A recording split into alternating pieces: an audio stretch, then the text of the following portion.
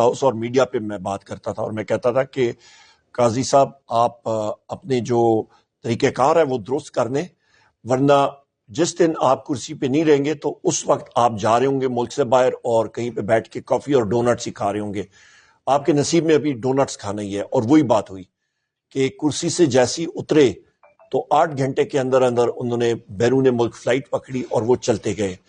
اور جہاں پہ لوگ جو ان کے لیے ریمارکس وہ دے رہے تھے سوشل میڈیا پہ اور جہاز کے اندر، اللہ تعالیٰ ایسی زندگی سے ایسی چیز سے بچائے کہ جہاں پہ ذلت ہی ذلت ہوتی ہے، کیونکہ رب العزت ایک فرعون کو اور رب العزت ایک شخص میں آکڑ اور تکبر کو نہیں پسند کرتے ہیں. لوگ پسند کرتے ہیں اللہ تعالیٰ پسند کرتے ہیں میانہ روی کو، اللہ تعالیٰ اس شخص کو پسند کرتے ہیں جس میں عاجزی ہو نہ کہ تکبر.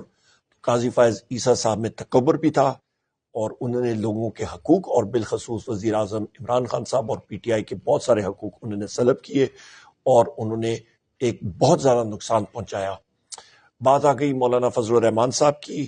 مولانا فضل الرحمان صاحب کی اپنی پارٹی ہے جمعیت علماء اسلام فے، ان کا ایک اپنا نظریہ ہے، ان کا اپنا ایک رستہ ہے. وہ اس وقت ہمارے